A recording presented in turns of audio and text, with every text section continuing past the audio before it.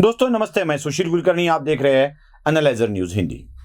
दोस्तों, किसका आहार क्या होना चाहिए, मतलब किसने क्या खाना चाहिए, ये हर एक व्यक्ति पर निर्भर है। आहार जो चीज भिन्न भिन्न प्रदेशों में भिन्न भिन्न परिस्थिति में जो उपलब्ध होता है उस पर निर्भर होती है। मतलब कहीं सामीश भोजन आवश्यकता होता है क्योंकि दूसरा कुछ मिलता ही नहीं है, वहां सामीश भोजन एक्सेप्टेड है। जहां सब कुछ मिलता है वहां पर लोग सामीश भोजन नहीं करते हैं, जहां अनाज की संख्या बहुत है। अब ये आहार के ऊपर मैं किसी ने करना चाहिए, सामीश भोजन करना चाहिए, नहीं करना चाहिए, इस विषय पर कोई मार्गदर्शन नहीं कर रहा हूं। लेकिन आहार के विषय में हर किसी की अपनी अपनी श्रद्धाएं होती है। जैसे जैन समाज में मांसाहार सर्वथा वर्जित है, इतना वर्जित है कि वो लहसुन और प्याज भी नहीं खाते हैं। ज्यादातर हिंदू परिवारों में जो मांसाहार वर्जित समझते हैं उन परिवारों में भी मांसाहार को मान्यता नहीं दी गई है और इसी हिसाब से कुछ नियम भी बनाए गए हैं।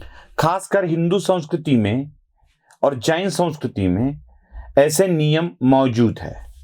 मतलब खाने के लिए पाबंदी हिंदू संस्कृति में नहीं है, लेकिन कुछ माह, कुछ पर्व, कुछ त्योहार ऐसे है जिस वक्त मांसाहार को वर्जित माना गया है, नहीं खाना चाहिए ऐसा माना गया है। और जैन समुदाय में तो सर्वथा वर्जित है। खास करके आपत्ति तब होती है जब इन्हीं त्योहारों पर, इन्हीं पर्व पर कोई मांसाहार की बात करता है। अब यह तो दिल दुखाने वाली बात हो जाती है। मैं शरद पवार की पुत्री सुप्रिया पवार और सदानंद सुळे की पत्नी सुप्रिया सुळे, इनके ऊपर बात कर रहा हूं। हाल ही में जैसे ही नवरात्रि का पर्व शुरू हुआ, मतलब पितृ अमावस्या खत्म होते होते नवरात्रि का पर्व शुरू हो जाता है। अश्विन शुद्ध प्रतिपदा पर घट स्थापना होती है और माना जाता है कि ये आगे वाले 10 दिन देवी के, दुर्गा के, मां लक्ष्मी के, मां भवानी के होते हैं जिनकी अर्चना करनी होती है। ठीक उसी रात सुप्रिया सुळे की एक फेसबुक पोस्ट आती है और उस पोस्ट में वो अपने कार्यकर्ता के, उनके प्रति स्नेह दिखाना चाहती है। अब क्या दिखाती है? सुप्रिया सुळे बताती है कि मैं जब अपने चुनाव क्षेत्र का दौरा करके बारामती लौट रही थी तब बीच में ही कुछ लोगों ने मैंने खाना नहीं खाया ये देखकर वहां की फेमस बिरयानी मुझे लाकर दे दी। टिफिन में डब्बा लाकर दे दिया खाने का, और वो बिरयानी थी, वो सामीश थी। नवरात्रि के पर्व में जहां पर मांसाहार वर्जित है, उसी देश में, उसी संस्कृति में, हिंदू बहुल परिसर में हिंदू सुप्रिया सुळे जानबूझकर अपने कार्यकर्ता का स्नेह दिखाते हुए मांसाहार पोस्ट करती है। यह सुप्रिया सुळे पहली बार नहीं कर रही है। हाँ, अगर पहली बार कर दिया हो तो समझ सकते हैं कि चलो सुप्रिया सुळे को पहली बार पता नहीं चला होगा, अमावस का दिन होगा, रात होगी, तब उसको दे दिया होगा, डाल दिया। मैं अंधश्रद्धा की, अमावस वाली बात नहीं कर रहा हूं, मैं श्रद्धा की बात कर रहा हूं। मां का पावन पर्व जब होता है तो उस पावन पर्व के आरंभ में ही सुप्रिया सुळे मांसाहार के पोस्ट करती है। अब उन्होंने खाना चाहिए, नहीं खाना चाहिए, इसके ऊपर मेरा कोई बंधन नहीं है, ना ही मैं उनको कुछ सुझाव देना चाहता हूं कि सुप्रिया सुळे ने क्या खाना चाहिए।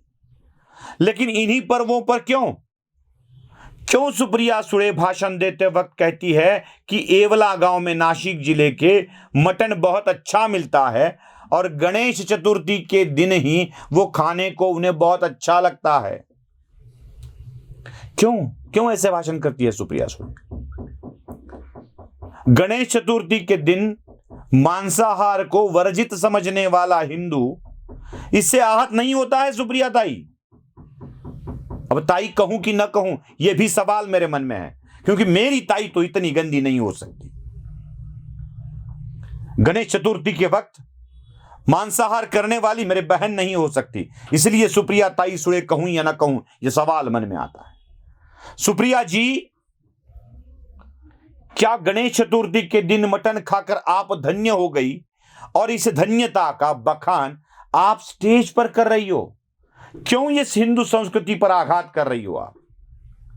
सारी दुनिया जानती है, या मराठी में एक कहावत भी तैयार हो गई है, 11 महीने रावण 1 महीना श्रावण। मतलब श्रावण का महीना ऐसा है जिसमें मांसाहार करने वाले भी त्याग देते हैं। यह हिंदू श्रद्धा है, हिंदू परंपरा है, और आप ठीक श्रावण मास के आरंभ में ही इंदापुर के होटल में जाती हो और मांस मच्छी वाला भोजन आप प्लेट समेत शेयर करती हो और बहुत अच्छा लगा ऐसे बोलती हो। आपकी नीयत साफ दिखती है सुप्रिया जी। चतुर्थी के दिन मटन की बात कर देना, खाने की बात कर देना, श्रावण मास के आरंभ में मटन चिकन की बात में मछली की बात कर देना, और नवरात्रि का पर्व आरंभ होते ही फिर से एक बार मटन चिकन की बात करना। सुप्रिया जी, क्या यह आपको शोभा देता है? शोभा देता है छोड़ दीजिए। आप जानबूझकर यह कर रही है, आप यह बताने की कोशिश कर रही है कि आप इन हिंदू त्योहारों को मानती ही नहीं है। ये जो परंपराएं चली आ रही है उसको तोड़ने का, भंग करने का प्रण आपने लिया है। और आपके पिताजी शरद पवार जी संभाजी ब्रिगेड, जिजाऊ ब्रिगेड या ऐसे अन्य संगठनों को लेकर बार बार हिंदू देवता पर आघात करते रहते हैं। इस देश में रहकर, हिंदू संस्कृति में जन्म लेकर इसी संस्कृति को तोड़ने का प्रयास क्यों सुप्रिया जी?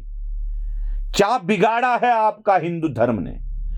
हिंदुत्ववादियों के खिलाफ जाते जाते आप अपने ही धर्म के खिलाफ जा रही हो। अब ये आपका धर्म है कि नहीं, इसका भी संशोधन करना पड़ेगा। बहुत दूर तक जाना पड़ेगा, पीछे पीछे पीछे। क्या सच में आप हिंदू है कि नहीं, यह भी देखना पड़ेगा सुप्रिया जी। आपसे विनती इतनी ही है, चाहे आप मटन खा लो, चिकन खा लो, बैल खा लो, क्या खाना है खा लो, लेकिन हिंदू त्योहार और हिंदू पर्व के वक्त, ठीक उसी वक्त आपके ये पोस्ट हमारी भावनाओं को आहत कर रही है। ये आहत करना छोड़ दीजिए। बस इतनी विनती करके रुकता हूं। नमस्ते।